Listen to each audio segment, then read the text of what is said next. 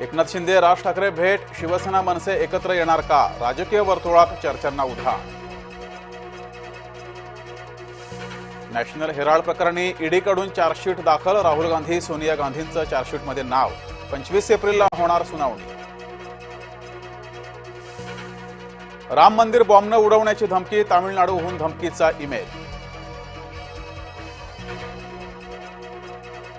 Dhananjay मुंडेंकडे 11 mobile number, करुणा शर्मा मुंडेंचा गौप्यस्फोट. Mobile नंबरचा सीडीआर तपासण्याची मागणी. एसटी कर्मचाऱ्यांचा उर्वरित पगार जमा, उर्वरित 44% पगार खात्यात जमा.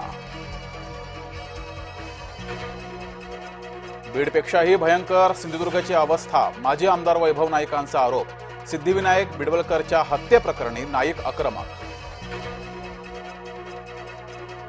तुळजापूर ड्रग्ज प्रकरणामध्ये दोषारोपपत्र दाखल, 10,000 पानांचं दोषारोपपत्र धाराशिव जिल्हा सत्र न्यायालयात दाखल.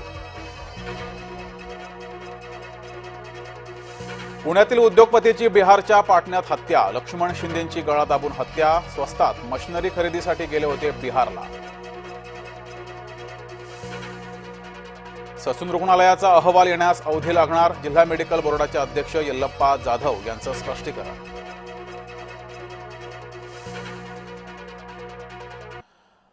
आता बातम्या पाहूया विस्ताराने. सुरुवातीलाच एक मोठी राजकीय बातमी